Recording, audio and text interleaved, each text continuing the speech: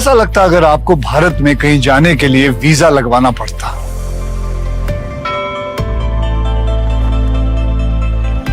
कश्मीर, हैदराबाद या जयपुर जाने के लिए पासपोर्ट की जरूरत पड़ती। अगर हमारा भारत एक देश नहीं होता, 28-30 अलग अलग देश होते, तो कैसा लगता?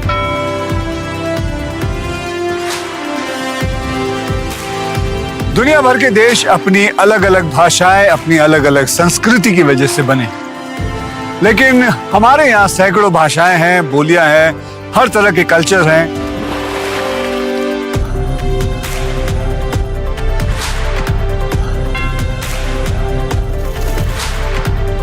यहाँ हम एक दूसरे के लिए सपने देखते हैं, साथ में गीत गाते हैं, त्योहार मनाते हैं। इसलिए हमारा देश दुनिया भर में सबसे अलग है और इसका कोर है एक्सेप्टेंस, यूनिटी इन डाइवर्सिटी, यानी कि अनेकता में एकता।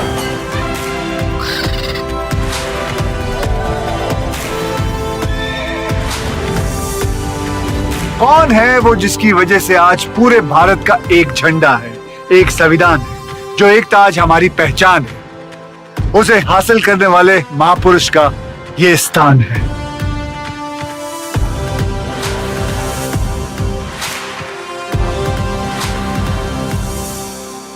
उन्नीस 1947 में जब हम आजाद हुए, तब 565 ऐसे रियासतें थी जो टूट के अलग हो सकती थी, और तब पेशे से वकील और राजनीतिक कौशल के माहिर सरदार पटेल ने बिना समय गवाए एक एक कर सभी रियासतों के राजाओं से मुलाकात की, उन्हें समझाया और उन्हें साथ जोड़ते हुए भारत के नक्शे को आज का आकार दिया।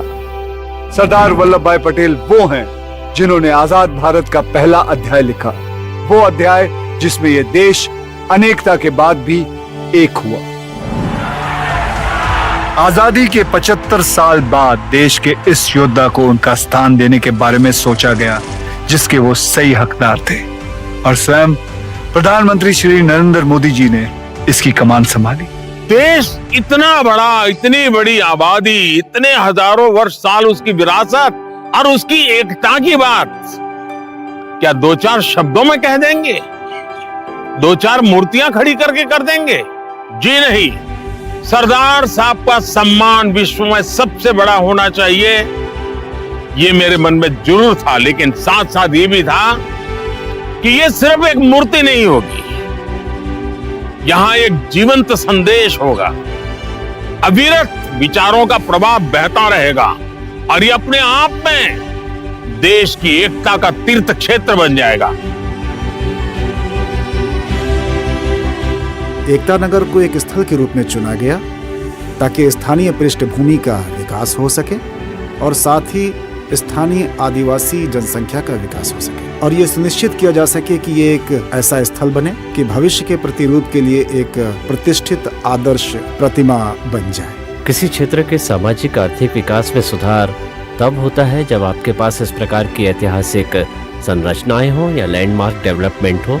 जब आप एक पर्यटक स्थल बनाते हैं तो वहाँ कई और चीजें होती हैं जिन्हें लोग देख रहे होते हैं, वो केवल मूर्ति देखने के लिए नहीं आते। तो एक स्टैच्यू ऑफ यूनिटी बनी, उस स्टैच्यू ऑफ यूनिटी के चारों तरफ एक इंटीग्रेटेड टूरिस्ट सर्किट बनाने की उन्होंने परिकल्पना की, और वो टूरिस्ट सर्किट जो है उसकी वजह से वहां हजारों काम धंधे रोजगार उसके अंदर अभिवृद्धि हुई। एक तरह से यदि आप सोचें तो ये हमारी इस पीढ़ी के सबसे महान नेता के द्वारा स्वतंत्रता संग्राम के सबसे महान नेता को समर्पण था। ये सरदार स्मारक विश्व भर के यात्रियों के लिए आकर्षण का केंद्र बनेगा। आज हिंदुस्तान में ताजमहल देखने के लिए यात्री आते हैं, अमेरिका में स्टैच्यू ऑफ लिबर्टी देखने के लिए दुनिया भर से यात्री आते हैं, फ्रांस का टावर देखने के लिए दुनिया भर के यात्री आते हैं। भाइयों बहनों, हम चाहते हैं पूरे विश्व का एक प्रवासन धाम बने और यहां आने वाला देखे कि भारत में ऐसे महापुरुष भी हुआ करते थे। प्रण तो ले लिया गया था, लेकिन इसे पूरा करना आसान नहीं था। हमारे प्रधानमंत्री पहले इसे किसी ऊंचे पर्वत पर उकेरना चाहते थे, लेकिन उसकी स्टेबिलिटी का भरोसा नहीं था, और तब नर्मदा नदी के अंदर स्थित साधुपे द्वीप पर इसे स्थापित करने की योजना बनाई। सरदार सरोवर बांध के ठीक सामने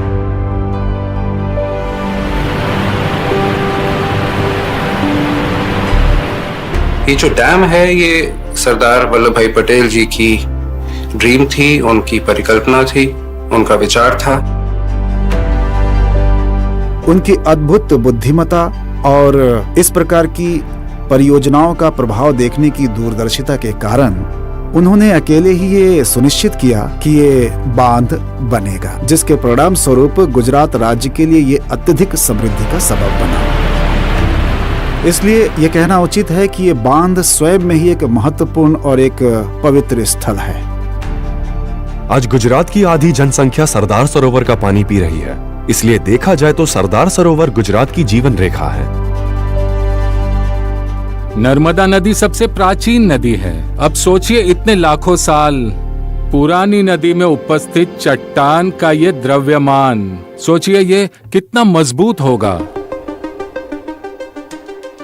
इसलिए हमने विभिन्न दिशाओं में 52 वर्टिकल बोरहोल्स ड्रिल किए पहाड़ की मजबूती की जांच के लिए, और वो काफी मजबूत था। दुनिया के ऊंचे स्टैचूज में जहां क्राइस्ट द रिडीमर की ऊंचाई 39.6 मीटर, स्टैच्यू ऑफ लिबर्टी की 93 मीटर, जापान के उशिकु दाइबुत्सु के 120 मीटर और तब तक के सबसे ऊंचे स्टैच्यू चाइना के स्प्रिंग टेम्पल बुद्धा की ऊंचाई 153 मीटर थी। वहीं स्टैच्यू ऑफ यूनिटी को इससे 29 मीटर ज्यादा यानी कि 182 मीटर का बनना था।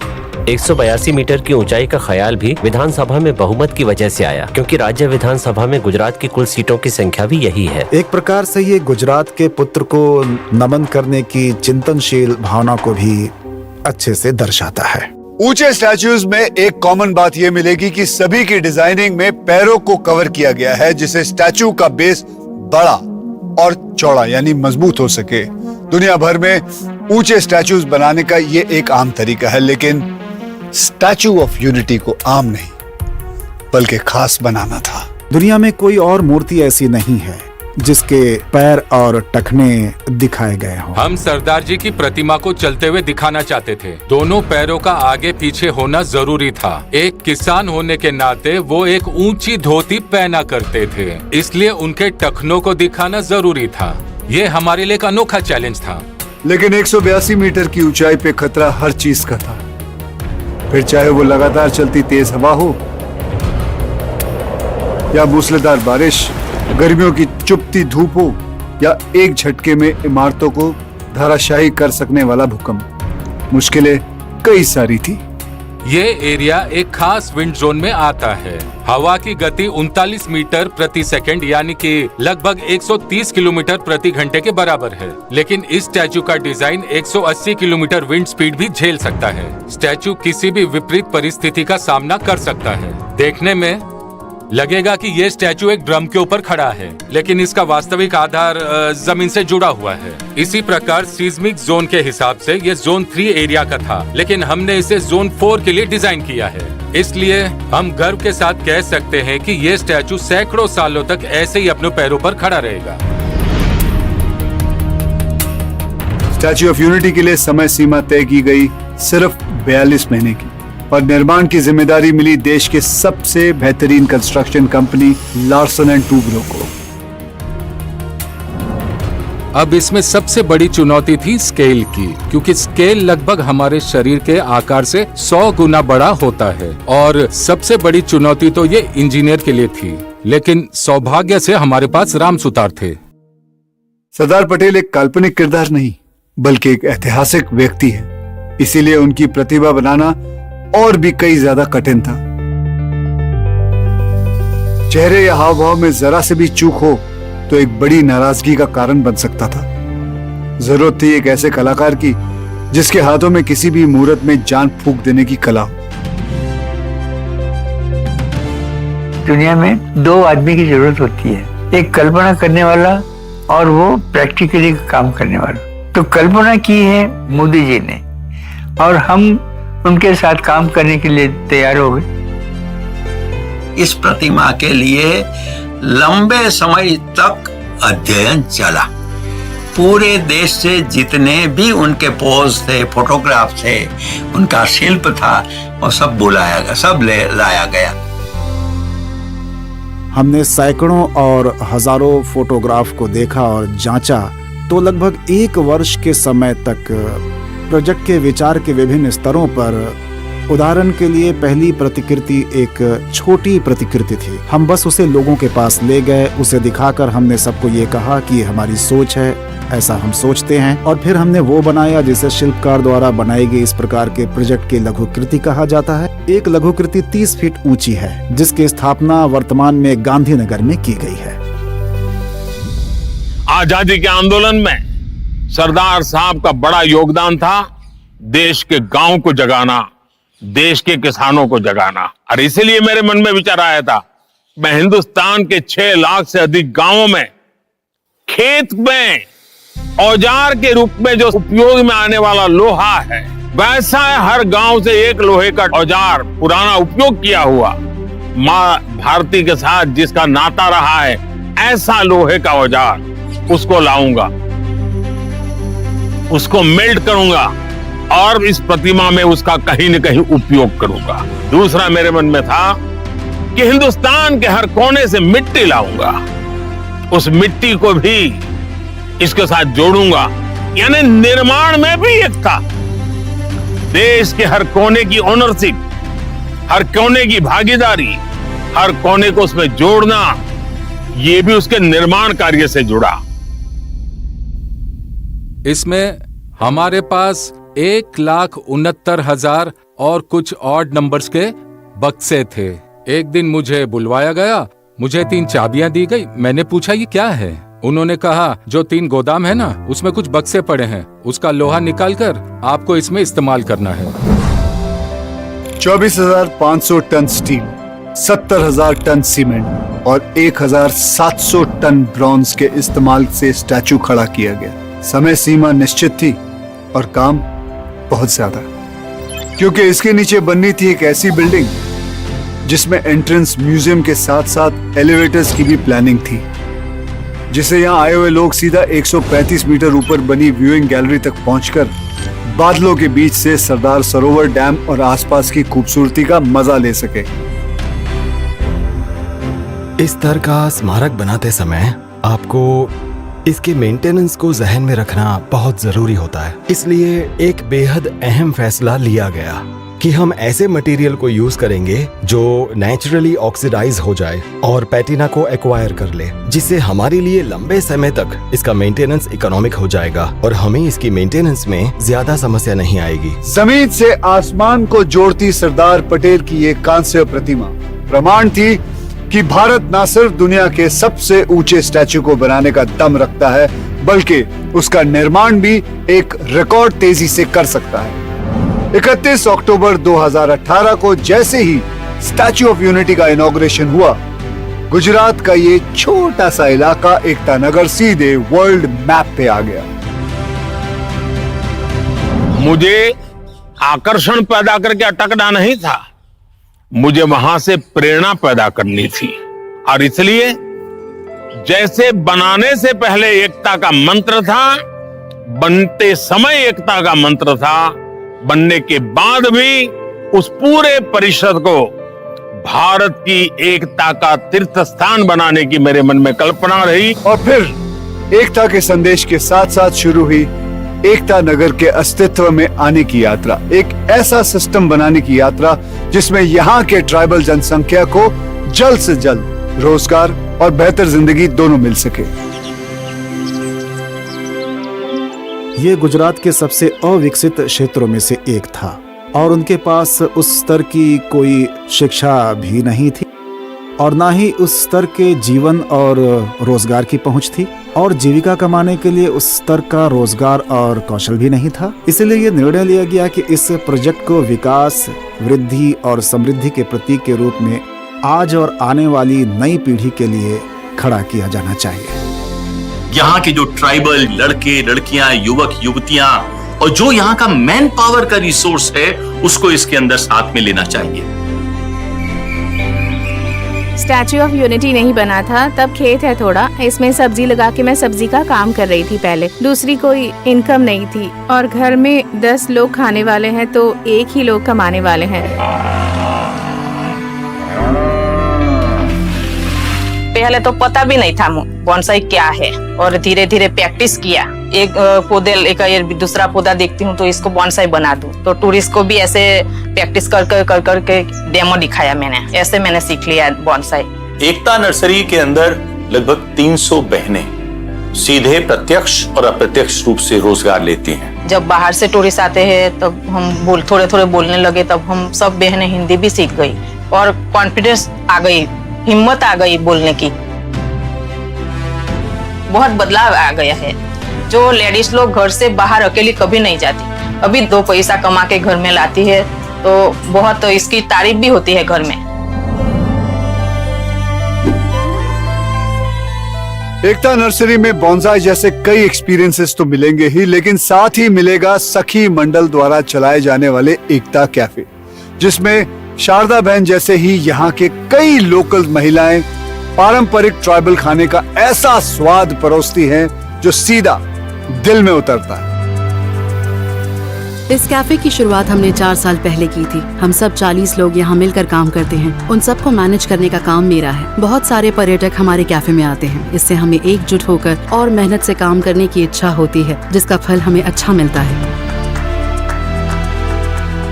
इससे पहले मैं अपने घर में केवल 4 लोगों के लिए खाना बनाती थी, लेकिन अब कैफे में हम 150 लोगों का खाना बनाते हैं और उन्हें खुशी खुशी खिलाते हैं। हम पर्यटकों की संख्या देखकर घबराते नहीं हैं, फिर चाहे वो 100 हो, 200 हो या 300 लोग हों। जो वहां पर आसपास में उगता है, जो मिलेट्स उगते हैं, जो वहां पर जिस तरह का चावल उगता है, जिस तरह की सब्जियां वहां पर उगती हैं, उन सब ऑर्गेनिक वस्तुओं को लेकर और वहां पर एकता कैफे के अंदर वो बहनें खाना बनाती हैं। जैसे जैसे हमारे कैफे का विकास हो रहा है, हम और औरतों को अपने साथ काम पर रखने की आशा करते हैं। जो औरतें घर बैठी हुई हैं, उन्हें भी हमारे साथ जुड़ना चाहिए। हमारी तरह वो औरतें भी अपने पैरों पर खड़ी हो पाएं। हमारी तो बस यही कामना है। मुझे लगता है कि एक रोल मॉडल हैं जो पूरे राज्य को संपूर्णता के तौर पर पूरे समाज को दिखाना चाहिए कि एक अच्छी तरह से चलने वाली सखी मंडल किस तरह से एक पूरे समुदाय का उत्थान कर सकती है। सखी मंडल जैसे मॉडल की वजह से पूरी कम्युनिटी को फायदा पहुंच रहा था। इन महिलाओं को जीवन में पहली बार पहचान मिल रही थी, नाम मिल रहा था, और जैसे जैसे उनका आत्मविश्वास बढ़ता गया, वैसे वैसे उन्होंने बाकी महिलाओं को भी प्रेरित करना शुरू कर दिया। इसका नतीजा ये निकला कि जो काम अब तक मेल डोमिनेटेड था, उन्हें भी महिलाओं ने बाखूबी करना शुरू कर दिया। मेरा नाम तड़वी मनीषा बहन है। मैं अभी ऑटो चलाती हूँ। मैं 12वीं तक पढ़ी हूँ। 12वीं के बाद मैंने स्टडी करना छोड़ दिया था। हमारे गांव में कुछ शिक्षक लोग आए थे, तो उन्होंने बताया कि GMR सेंटर में ट्रेनिंग चल रही है।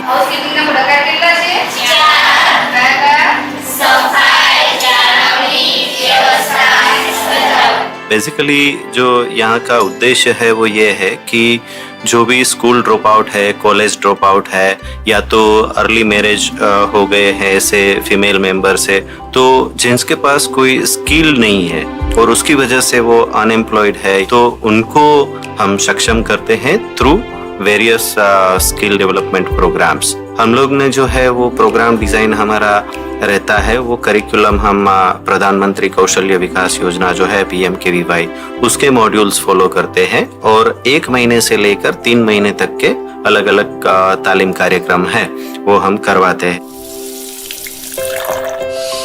कहीं ना कहीं मुझे बहुत ज्यादा प्राउड लगता है कि मैं ऐसे स्टोर की RGM हूँ जहाँ पे कि सारी लड़कियां काम करती है, क्योंकि ये पूरे एशिया का first all women staff store है। ऐसी जगह पे जॉब करना बहुत मुश्किल था पहले, अभी चीजें आ गई है नहीं, तो उसकी वजह से हम लोग जॉब कर रहे हैं, अपने घर में हेल्प कर रहे हैं। यहाँ तक कि कुछ लोग ऐसे भी थे जिन्होंने इस गांव के अलावा कुछ नहीं देखा था। स्टैच्यू ऑफ यूनिटी जब नहीं था तो मैं कभी बाहर गए भी नहीं थे। हमने कुछ वैसा बर्गर वगैरह भी नहीं देखा था, कुछ भी नहीं, कुछ भी अच्छा नहीं था। लेकिन ये स्टैच्यू ऑफ यूनिटी बना है तब से बहुत ये एकता नगर में बदलाव आ गया है। मैं पहले क्रू में थी, फिर अभी मैं प्रमोट हुई हूँ तो अभी क्रू टेनर में हूँ। जो नई लड़कियाँ ज्वाइन होती है उसमें उनको ट्रेनिंग देती हूँ।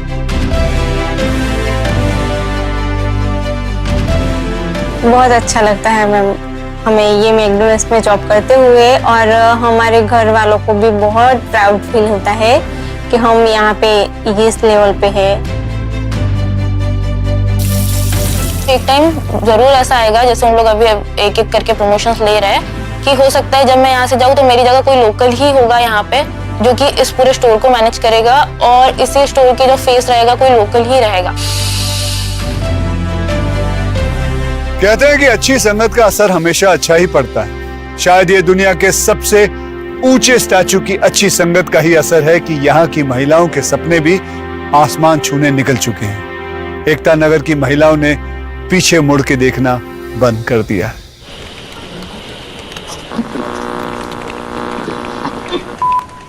Hello, good morning. मैं हूँ हेतल और आप सुन रहे हैं रेडियो यूनिटी 90 FM। जी, मेरा नाम हेतल पटेल है। मैं यहाँ पर एज अ रेडियो जॉकी काम करती हूँ। पहले तो मैं फॉरेस्ट डिपार्टमेंट में एज अ गाइड काम करती थी। फिर गाइड का काम करते करते यहाँ पर एज अ रेडियो जॉकी हमें सिलेक्ट किया गया। मैं पहले हाउसवाइफ थी, तो पहले मैं थोड़ी सहमी से रहती थी। फिर जैसे जैसे मैं एज अ गाइड काम करती थी, सब लोगों से मिलना होता है, नए नए लोगों से रोज हम मिलते थे, तो थोड़ा डर कम हुआ। इस तरह से हमें मतलब मेरे अंदर एक जो डर था वो निकल गया। तो यहाँ पर पहले जब स्टैच्यू ऑफ यूनिटी नहीं था, सिर्फ सरदार सरोवर डैम था और ये नर्मदा नदी थी, तो लोग काम करने के लिए बाहर जाते थे, जैसे बड़ौदा है, अहमदाबाद है या फिर कहीं और जगह पर। अब लोगों को कहीं पर जाने की जरूरत नहीं, वो अपनी फैमिली के साथ अपने घर अपने गांव में यहीं पर रहकर अपना घर चला सकते हैं। कहानी का सूत्रधार अगर हम बोलते हैं, एक जगह का अगर हम सूत्रधार बोलते हैं, तो हमारे गाइड जो हैं वो एकता नगर के सूत्रधार हैं। 2018 में जब स्टैचू का इनॉग्रेशन हुआ, तब से मैं यहाँ पर जॉब कर रहा हूँ, और इस जगह से मेरे बहुत पुराने रिलेशंस हैं, क्योंकि मैं यहीं इसी डिस्ट्रिक्ट से बिलोंग करता हूँ। जो व्यूइंग गैलरी बनाई गई वो कुछ इस तरह से बनाई गई कि सरदार साहब का जो सपना जो उन्होंने दिल से देखा था, आप उनके दिल में खड़े होकर उस सपने को यहाँ से देख सकते हैं। व्यूइंग गैलरी से एक तो आपको दोनों तरफ का नजारा मिलता है, उसके अलावा स्टैचू किस तरह से बना है, स्टैचू हॉलो है, और स्टैचू का मेंटेनेंस किस तरह से होता है वो भी पर्यटक देख सकते हैं। आप एग्जीबिशन एरिया पर पहुंचेंगे तो एग्जीबिशन एरिया में सबसे पहले टेक्निकल फोटोज बताए गए हैं स्टेज वाइज कि कैसे यहाँ पर कंस्ट्रक्शन हुआ। उसी के बाद सरदार वल्लभ भाई पटेल के जीवन से जुड़ी एक छोटी सी डॉक्यूमेंट्री बताई जाती है, उसके लिए हमने एक सेपरेट थिएटर बनाया हुआ है। 2018 में जब स्टैचू ऑफ यूनिटी इनॉग्रेट हुआ, तब हमने सोचा इतने पूजनीय व्यक्ति के चरणों में पुष्प अर्पण किए जाने चाहिए। अब इतनी बड़ी मूर्ति के चरणों में पुष्प अर्पण करना यानी रोज नए फ्लावर्स कहाँ से लाएंगे, तो उस वजह से हमने एक प्लान किया कि हम यहाँ पर एक वैली ही बना देंगे, एक फ्लावर गार्डन बना देंगे। एक खूबसूरत सोच से बनी ये वैली ऑफ फ्लावर्स या भारत वन 24 एकड़ में फैली हुई एक ऐसी महकती तस्वीर है जिसे दुनिया के हर रंग के फूलों से सजाया गया। 2016 में 48,000 पौधों से शुरू हुआ ये भारत वन आज 22 लाख से भी ज्यादा पौधों को पनपने का अवसर दे रहा है।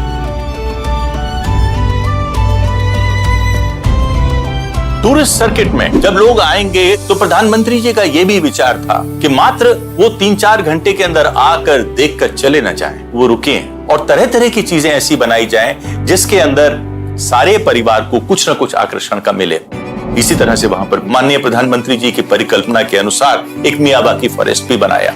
अगर किसी जगह की मिट्टी उपजाऊ नहीं रही हो तो मियावाकी तकनीक उस क्षेत्र को फिर से हरा भरा करने का बहुत अच्छा तरीका होती है। मियावाकी फॉरेस्ट का नाम जापान के मशहूर बॉटनिस्ट डॉक्टर अकीरा मियावाकी के नाम पर आधारित है। उनके द्वारा विकसित की गई टेक्निक से पेड़ पौधों को 10 गुना तेजी से बढ़ाया और 30 गुना डेंस किया जा सकता है।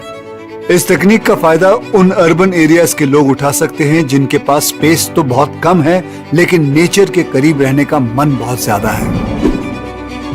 इंसान और नेचर की ऐसी ही करीबी को दिखाता है 17 एकड़ में फैला हुआ आरोग्य वन। अच्छे स्वास्थ्य की और लोगों को जागरूक करते इस वन में लगभग 80 मीटर लंबाई का एक 3 डायमेंशनल ह्यूमन फिगर बनाया गया, जिसके अलग अलग बॉडी पार्ट्स में ऐसे वनस्पति लगाए गए हैं जो इंसान के शरीर के उस हिस्से के लिए उपयोगी हों।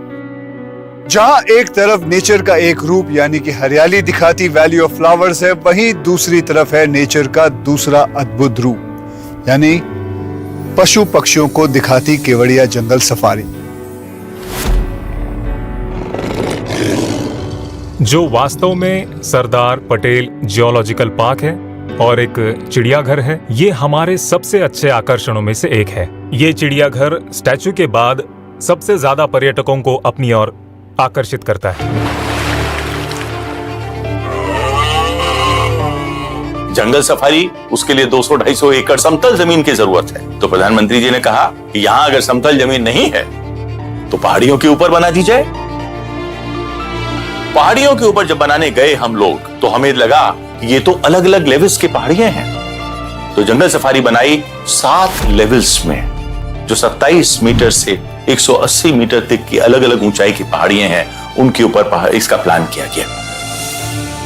यहाँ पर एनिमल्स को बड़े बड़े एनक्लोजर्स दिए गए हैं और ये इंडिया की सबसे पहली ग्लास गैलरी वाली जू है, जहाँ पर आपको एनिमल्स बहुत ही स्पेशली कार्निवोरस एनिमल्स आपको बहुत ही नजदीक से देखने मिलते हैं। जंगल सफारी के अंदर लगभग 1500 पशु पक्षी प्राणी 17 देशों से और भारत के और उसके अंदर 100 की जितनी प्रजातियां थीं, वो पशु पक्षियों और प्राणियों को लाके बसाया। वहां पर एवियरी बनाई गई।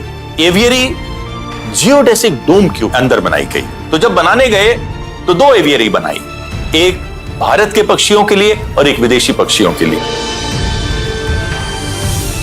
मेरा नाम तरवी दिलीप है और अभी एसपी जू में काम करता हूँ। मैं राइनो का एक केयर टेकर हूँ। मेरा नाम सरिता बेन है और मैं केवड़िया कॉलोनी के एकता नगर वहाँ की रहने वाली हूँ। हम सभी एनिमल्स का ध्यान रखते हैं, जो कि वो वाइल्ड बीस्ट हैं, वो लंबे सींगों वाले ऑडिक्स हैं, ऑस्ट्रिच हैं, वो जिराफ हैं। मुझे तो वैसे सभी पसंद है, लेकिन सबसे ज्यादा जिराफ। वो मेरे साथ ज्यादा रहती है, यहाँ मेरे साथ खेलती रहती है, ज्यादा दोस्ती हो गई है उसके साथ। मैं पहले एक रेस्क्यूअर था। 18 साल से मैं फॉरेस्ट डिपार्टमेंट के अंदर सांप से लेके मगर से लेके ये सब रेस्क्यू करने का काम करता था। अभी जैसे यहाँ पे ये सब आया है तो उसकी वजह से मैंने प्राइवेट जॉब छोड़ दी है और मेरे को एनिमल पहले से पसंद थे। तो अभी मेरे को एनिमल के साथ रहने का मौका मिला है और सबसे बेस्ट बात तो यही है कि गुजरात में कहीं भी एनिमल्स में राइनो नहीं है और हमें राइनो जैसे एनिमल के साथ काम करने का मौका मिला है। बहुत कुछ बदल गया है, सोच भी नहीं सकती कि कितना कुछ बदल गया है मेरे जीवन में। मैं पहले कुछ नहीं करती थी, घर में थी पहले। तब मैं ट्रेनिंग में गई और वहाँ बहुत पशु पक्षियों से जो प्रेम हुआ और यहाँ आकर भी मुझे बहुत अच्छा लगा। सरकारी नौकरी से भी ज्यादा ये नौकरी बहुत अच्छी है मेरे लिए, क्योंकि यहाँ जो खुशी मिलती है वो किसी भी नौकरी या किसी भी काम में इतनी खुशी नहीं मिलती है। मेरे को यहाँ आके मेरे को एक फ्रेंड जैसा महसूस होता है। अभी ऐसा लगता है कि घर के अलावा मेरा दूसरा भी कोई फैमिली है। जिस तरह हर परिवार में बच्चों का एक विशेष महत्व होता है, वैसे ही महत्व एकता नगर में भी बच्चों को दिया गया, जब खास तौर पर उनके लिए अट्रैक्शन पॉइंट डिजाइन किए गए।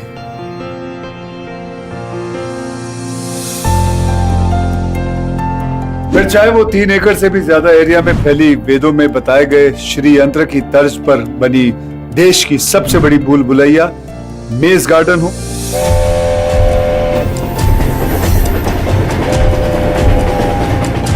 या फिर स्वस्थ खान पान के फायदों को खेल कूद के साथ सिखाता हुआ चिल्ड्रन न्यूट्रिशन पार्क हो,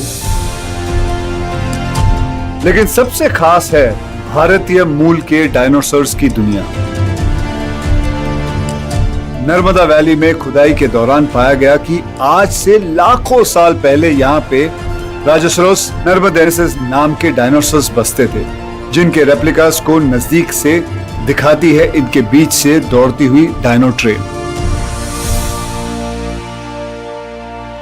यहाँ पर टूरिस्ट आएंगे तो बच्चों के लिए चिल्ड्रन न्यूट्रिशन पार्क बना, बड़ों के लिए, वृद्धों के लिए आरोग्य वन बना। तो इसमें जो एडवेंचरस यूथ है उसके लिए क्या है, तो सोचा कि यहां पर एक रिवर राफ्टिंग बनाई जाए।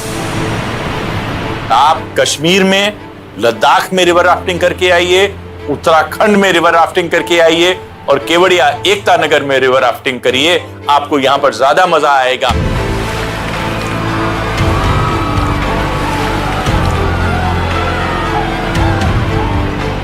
क्योंकि यहाँ पर फ्लो इतना फास्ट है और यहाँ पर 11 रैपिड्स हैं 5 किलोमीटर के अंदर। 1 घंटे के अंदर जो आप रोमांच का मजा लेंगे वो वहां पर दूसरी जगह 12 या 15 किलोमीटर राफ्टिंग करके नहीं आएगा। दिन में तो ऐसे हमारे कई सारे अट्रैक्शंस हैं, उसके अलावा रात को भी हम लोगों को मनोरंजन दे सकें, इसके लिए जैसे ही सूरज ढलता है, सबसे पहले स्टैचू के ऊपर ही बहुत ही सुंदर state of the art projection mapping होती है। लोग उसका भी मजा लेते हैं। वैली ऑफ फ्लावर्स के अंदर हमारे पास एक ग्लो गार्डन है, जो एक खूबसूरत पार्क है, जहां पर प्राणियों की आकृतियां, साथ ही साथ वहां पर पेड़ पौधों की भी आकृतियां हैं, जो प्रकाशित होता है। इसके साथ ही संगीत का भी आनंद लिया जा सकता है। फिर हमारे पास एक बहुत ही पवित्र और सुखद एहसास देने वाली नर्मदा आरती है।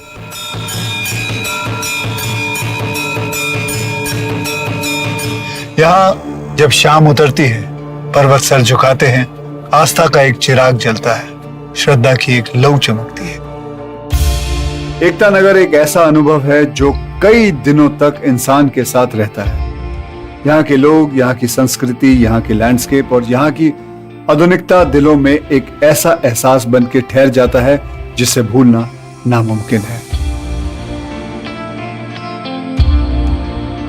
आप ये जानकर आश्चर्यचकित होंगे कि 2018 से हमारे पास 1 करोड़ से ज्यादा पर्यटक स्टैच्यू ऑफ यूनिटी में आ चुके हैं। टूरिस्ट को यहाँ तक आने में कोई परेशानी ना हो, इसलिए बनाया गया है एकता नगर रेलवे स्टेशन। यहाँ की कनेक्टिविटी चेन्नई, मुंबई, दिल्ली, वाराणसी, अहमदाबाद जैसे प्रमुख शहरों से है। ऑन एन एवरेज डे हमारे यहाँ 10,000 जितना फुटफॉल रहता है। वीकेंड्स पर यह नंबर 20,000 तक भी पहुंच जाता है।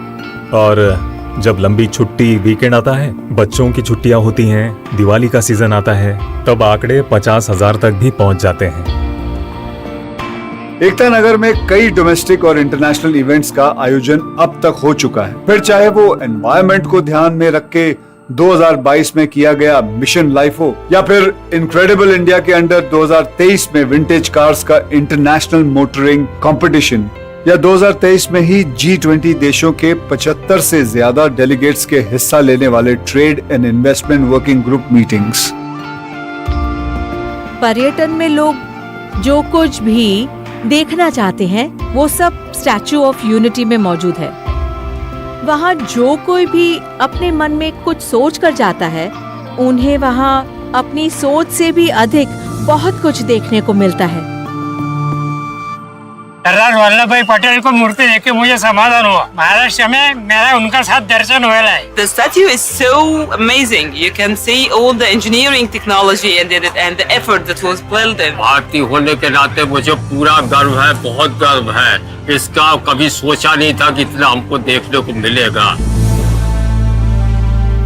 सबसे पहली चीज तो है साफ सफाई, जिसका यहाँ पूरा ख्याल रखा गया है और सब कुछ यहाँ बहुत अच्छे तरीके से व्यवस्थित है। इस विशेष कला को देखना और जानना कि इसकी ऊंचाई स्टैच्यू ऑफ लिबर्टी से दोगुनी है, ये वास्तव में आकर्षक है। ये स्टैच्यू बताता है कि इंडिया कहाँ पहुँचने वाला है। वर्ल्ड का सबसे ऊंचा ये स्टैच्यू है। आप एक बार ऊपर जाके देखिए तो आपको पता चलेगा कि क्या चीज है। मेरे कुछ अंतर्राष्ट्रीय मित्र हैं जो पूछ रहे थे कि ये कहाँ का स्टैच्यू है, हमें भी इसे देखना है। ये दुनिया की सबसे ऊंची मूर्ति है और ये अविश्वसनीय है। मुझे प्रकृति पसंद है। बहुत अच्छी चलेगी। यहाँ पे सारी लेडीज को एम्प्लॉयमेंट मिला है। सबको एक बार तो विजिट करना ही चाहिए। यहाँ पे नथिंग से इतना सारा कुछ बना रहना, वो अपने आप में एक बहुत बड़ी चीज है। ये वाकई विश्व स्तरीय है। आसमान से बात करते हुए सरदार को हम देखते हैं, तब हमें भी लगता है कि हमारा राष्ट्र ये सर्वोत्तम है। इसने दुनिया को ये दिखा दिया कि भारत बड़ा सोचने और बड़ी उपलब्धियां हासिल करने की क्षमता रखता है। सिर्फ जो अर्बन एरिया से आ रहे हैं उनको नहीं, बल्कि मेरे एक भाई बहन जो रूरल इंडिया से आ रहे हैं, जब वो इस प्रतिमा को देखते हैं तब अंदर फीलिंग आती है कि हमने कर दिखाया। भारत निर्माण कर सकता है, भारत कुछ ऐसा खड़ा कर सकता है जो पूरे विश्व में कहीं नहीं था। तो यदि ऐसा किया जा सकता है तो फिर कुछ भी संभव है। स्टैच्यू ऑफ यूनिटी राष्ट्रीय गौरव का प्रतीक है। स्टैच्यू ऑफ यूनिटी राष्ट्रीय आन बान और शान का प्रतीक है। स्टैच्यू ऑफ यूनिटी भारत के नए स्वर्ण काल का प्रतीक है। कोई श्रद्धा से आया होगा, कोई जिज्ञासा से आया होगा, कोई इतिहास को समझने के लिए आया होगा, वो कोई आर्किटेक्चर मार्वल को देखने के लिए आया होगा। जिस भी भाव से आप आए होंगे, लेकिन आए हो जाते समय श्रद्धांजलि लेकर जा रहे हो। लेकिन ये श्रद्धांजलि यहां पूर्ण नहीं होती है। सरदार साहब को सच्ची श्रद्धांजलि तब सच्ची बनती है जब मैं यहां से जाने के बाद हर पल एक ही सपने के साथ ही बुनूंगा, जो सपना होगा एक भारत श्रेष्ठ भारत का।